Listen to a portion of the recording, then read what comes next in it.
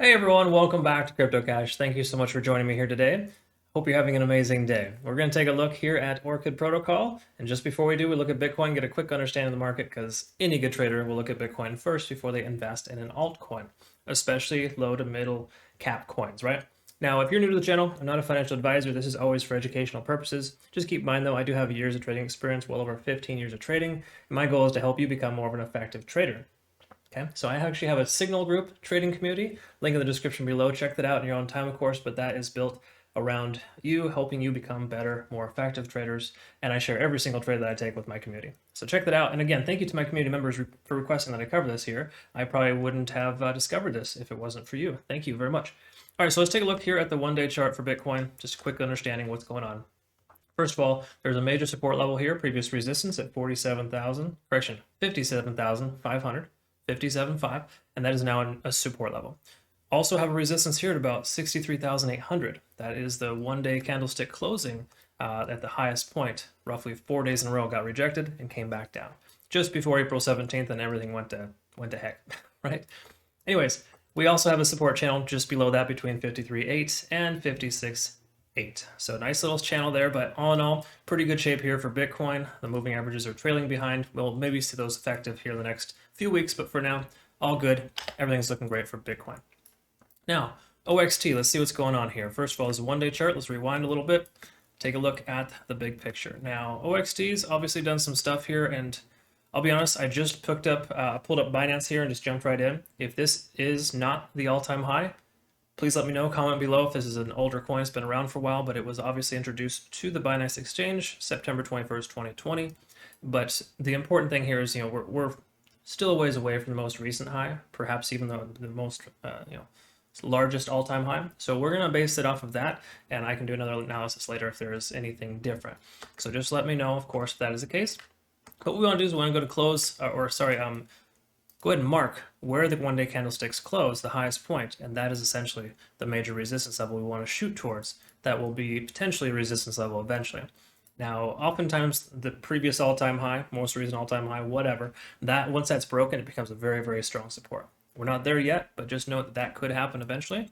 And it does look like this one has a tendency of being able to ramp up and do very, very well. In fact, anytime it hikes up, yes, it consolidates a little bit, but it typically stays fairly high.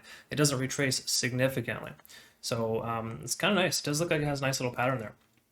And moving up, just really quick, RSI, obviously we're looking at a full-on, well above 70. This is very common, very normal when you see the price increase 3 days in a row like this. And just to get perspective here, in the last 3 days, we've seen an increase of about 110%, approximately from bottom to top in 3 trading days. Now, obviously it jumped way up, retraced, up again, retrace, and then up again. So it does have a tendency of increasing, selling off, increasing, and selling off. So just bear that in mind. You might want to set some I wouldn't say tight, but you want to make sure you have good profit targets in place. And I might recommend trading bots for that because they're really good at taking profits for you when you're not even around, which is nice.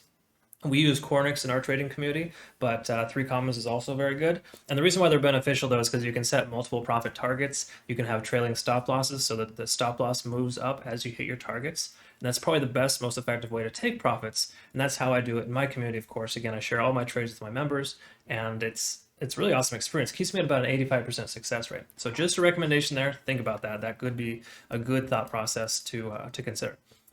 So let's go ahead and move on. Really quick though, just to note, we do have a support level here. Let's go ahead and mark that as well, a more recent one. That is about 47 cents. So we'll go ahead and just put that on the charts, kind of see, because if we do get a retracement, which is possible based on its history, it does tend to retrace fairly hard, but average out, I would say about 50% of its original starting point. We got a support level at about 47 cents. Take a look here at the 4-hour chart now. And as we can see here, of course, we definitely do have another support level. So we'll go ahead and mark that at about 50 cents.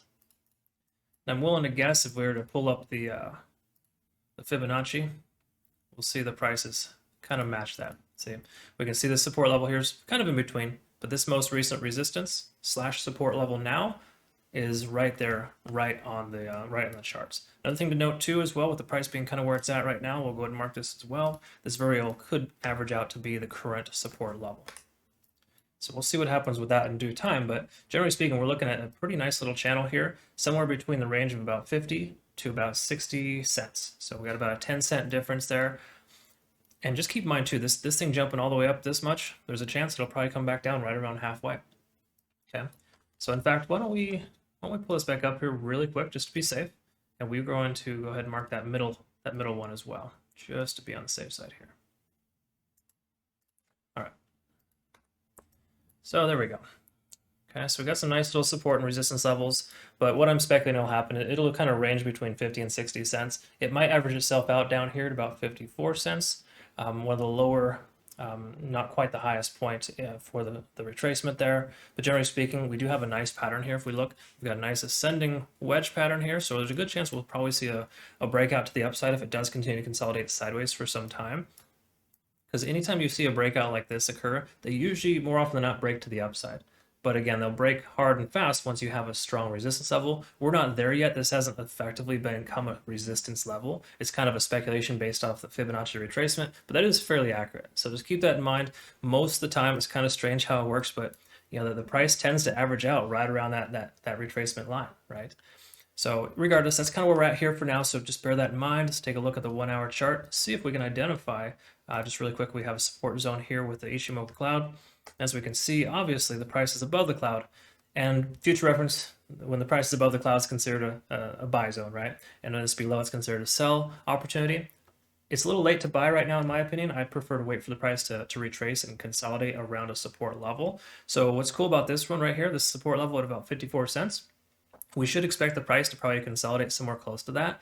And what's great about the Ichimoku cloud is it works as a support level too. So the price does end up just kind of consolidating down here. It should eventually start writing out the support level created by the cloud. So it's a really cool opportunity there, or at least potential opportunity here. And future reference too, I get this question all the time. I try to cover it as much as I can.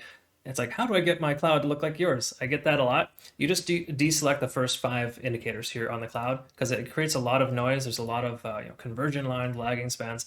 You can go ahead and just get rid of those. To keep it simple, this is the best way to kind of understand it. I like less movement on my charts. I only prefer 2 indicators per time frame, right? Everyone has their own little ways of doing things, don't get me wrong, but it's important to kind of keep less noise on the charts because then you don't have a bunch of contradicting charts indicators on your chart, and it's important to kind of make an informed decision but not an over-informed decision, right? And you're like, oh, should I long, should I short, what do I do? It can be very confusing. So just keep it simple. Use the Ichimoku cloud on the 1 hour chart. That's the most effective time frame for that. Also use TD sequential and get used to this guy, because TD sequential is really awesome. It really helps us understand market exhaustion based on bull runs and bear runs, right? So in other words, we see this bull run here start as a 1, we're up to an 8 right now, kind of peaked up around 7. What that basically just means is we have at best 1 more hour of bullish momentum before the price should and could retrace. It may also go sideways, so that happens as well. Consolidation is healthy in a run like this. We actually want to see a state of consolidation because you can kind of see how it's working here. It comes up, down, kind of like a heart monitor. Look, it's kind of broke itself out. That's essentially what happened there. It broke itself from this wedge pattern, and now it's driving up here. But keep in mind this 8 right here, that's kind of a warning sign to tell you that it doesn't have much gas left in the tank. Again, it's not foolproof, but more often than not, you can say it's if I were to put an odds on it, I would say 60, 70% of the time, 2 out of 3 times, when we have an 8 or a 9 on TD sequential, it'll retrace and come back down, or at least go sideways. I'm speculating it'll come back down just based on how high it increased here recently. This increase was some upwards of about 40 some odd percent, just under. Therefore, I would expect the price to kind of come down here and kind of average out around 54 cents. Plus, that's where the cloud is essentially at as well. And I think it'll eventually kind of bounce off of 42 cents. Sorry, 54 cents, I misspoke. 54 cents, it'll bounce off of 54 cents.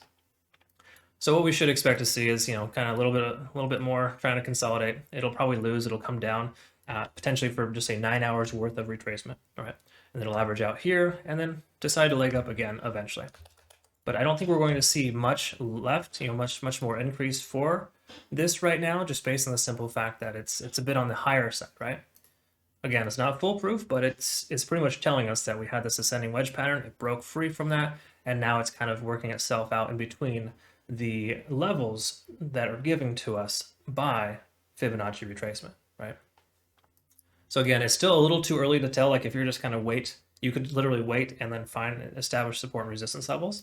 However, the Fibonacci retracement helps us kind of understand that right away. So we can kind of expect the price to kind of hover between here. So 54 to 60 cents is the range that we're going to expect the price to continue into. And if we were to look at big picture, kind of give, just say a prediction for lack of better terms, what we want to look at first of all is see here that, obviously this level right there at about 68 cents, it was a previous resistance too, okay? So if that's a previous resistance, and we look at this here, we see this, we kind of mark this over here, we're going to need to be able to respect that moving forward. But the likelihood of it breaking through there, I would say in the next couple of weeks is very likely. And I think that this has definite potential to break its all-time high based on its projection and how well it's breaking out here today. The only reason why it didn't break out sooner is because this El Salvador candle on September 7th. You can pretty much say that for a lot of large market cap coins. This isn't a large market cap coin, which is actually interesting, but it's gaining market capitalization, right? And that's because Bitcoin has so much dominance right now. It's at about 47%, if I'm not mistaken. Let's see. Okay, 46%. We've got market cap domination for Bitcoin at about 46%. When it's that high, altcoins have a tendency of slowly breaking out. Once it starts to decrease, we'll start seeing a big breakout from major altcoins. So I foresee this one actually gaining a lot of market capitalization based on how well it's doing right now in just the last 3 days alone. But keep in mind as well, there might be a bit of a retracement or correction before that happens. Because if Monday comes along and we get the the bears want to take their profits and collect all their earnings over the weekend, we could see this kind of dip and retrace. But cool thing is there's at least 3 major support levels in between here where the price is at and 47 cents.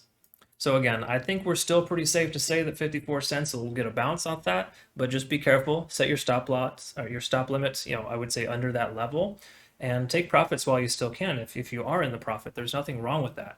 And then maybe consider adding to your position when it retraces further, because it does look like it's a little bit on the exhausted side. I think we might see, 12 to 24 hours later, another push. But for right now, I would speculate we're going to see some sideways action, if nothing else, for a little while. But again, I would say by year end, it's safe to presume that 84 cents is extremely likely.